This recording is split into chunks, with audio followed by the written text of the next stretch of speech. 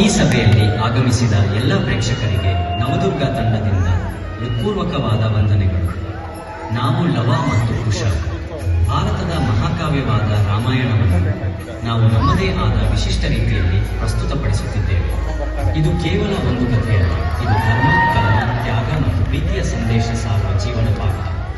ಧರ್ಮದ ವಿಜಯವನ್ನು ಸಾರುವ ಈ ನೃತ್ಯ ನಾಟಕವನ್ನು ನೋಡಿ ಎಲ್ಲರೂ ಆನಂದಿಸಿ.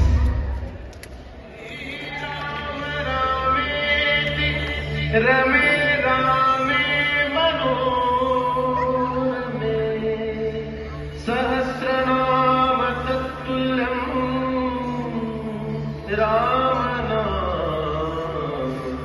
ವರಾನನೆ.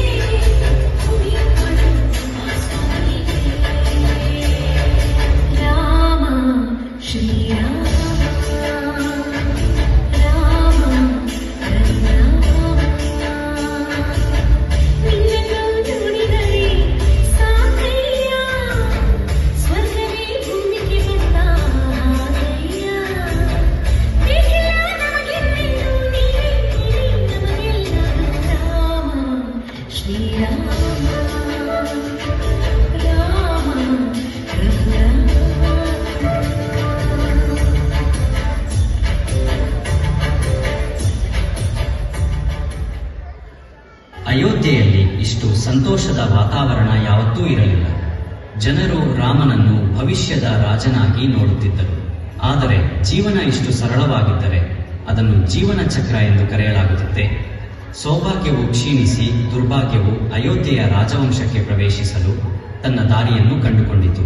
ನನ್ನ ಪುತ್ರ ಭರತನಿಗೆ ಅಯೋಧ್ಯೆ ರಾಜ್ಯ, ರಾಘವನಿಗೆ 14 ವರ್ಷ ವನವಾಸ.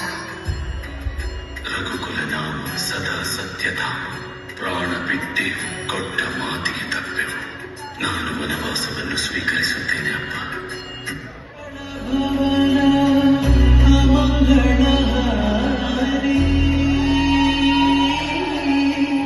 ಅಧಿಪತಿ ದಶರಥ ಸುತಯುದಾರಿ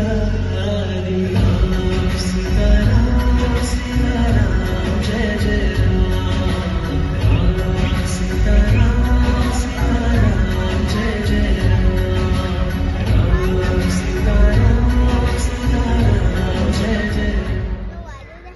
ರಾವಣ ಎಂಬ ಪದದ ಅರ್ಥ ಗೊತ್ತೇ? ಅದು ಒಂದು ಗರ್ಜನೆ, ಒಂದು ತೀಕ್ಷ್ಣ ನಾದ. ಕೇಳಿದ ಕ್ಷಣದಲ್ಲೇ ಬ್ರಹ್ಮಾಂಡ ನಡುಗುತ್ತದೆ. ಆದರೆ ಅದಕ್ಕಿಂತ ಆಳವಾದದ್ದು ಅವನ ಮಹತ್ವಾಕಾಂಕ್ಷೆ.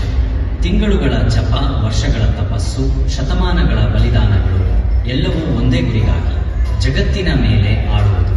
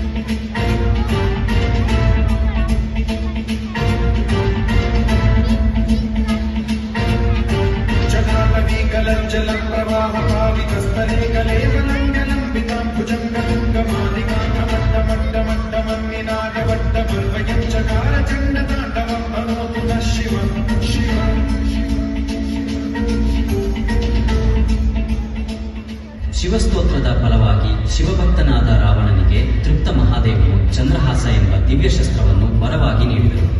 ಆ ವರದಿಂದ ಅವನ ಅಹಂಕಾರ ಮತ್ತಷ್ಟು ಬಲಗೊಂಡು ಮಹತ್ವಾಕಾಂಕ್ಷೆಯ ದಿಕ್ಕಿನಲ್ಲಿ ಸಾಗಿದ ಅವನು ಧರ್ಮದ ಗಡಿ ಮೀರಿ ಮಾತೆ ಸೀತೆಯ ಅಪಹರಣದ ಸಾಹಸಕ್ಕೆ ಮುಂದಾದ. ಶಾಂತಿ.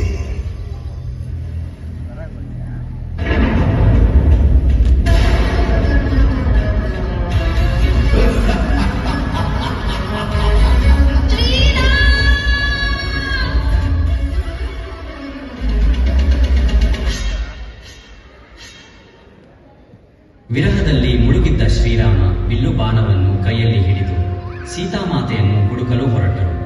ಮನಸ್ಸಿನಲ್ಲಿ ಸದಾ ಒಂದೇ ಉದ್ದೇಶ, ರಾವಣನ ಅಂತ್ಯ. ಸೀತಾಮಾತೆಯನ್ನು ರಕ್ಷಿಸಲು ಅವರು ಹೊರಟಾಗ ತಮ್ಮ ಅಚಲ ಭಕ್ತಿ, ಅಪಾರ ಶೌರ್ಯ ಮತ್ತು ಅಮೋಘ ಶಕ್ತಿಯಿಂದ ಶ್ರೀರಾಮನ ಜೊತೆಗೂಡಿದ ಪವನ ಪುತ್ರ ಹನುಮಾನ್.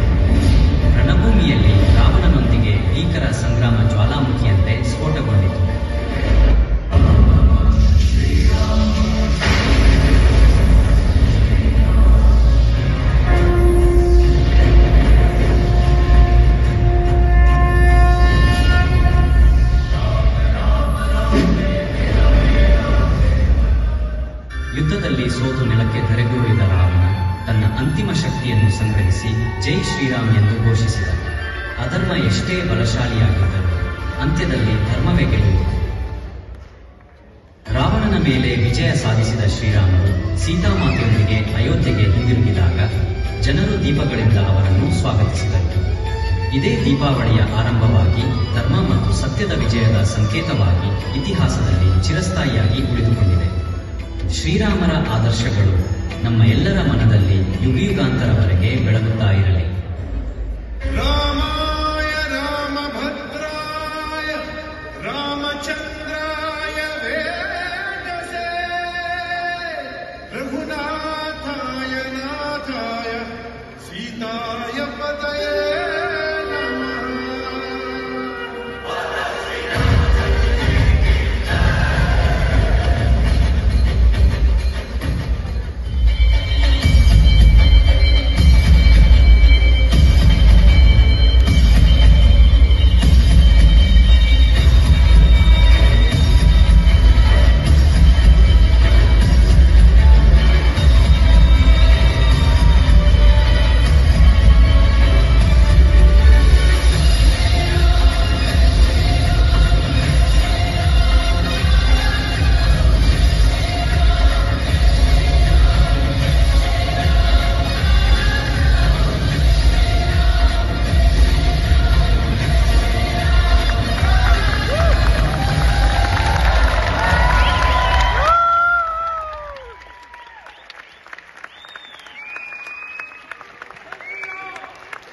जय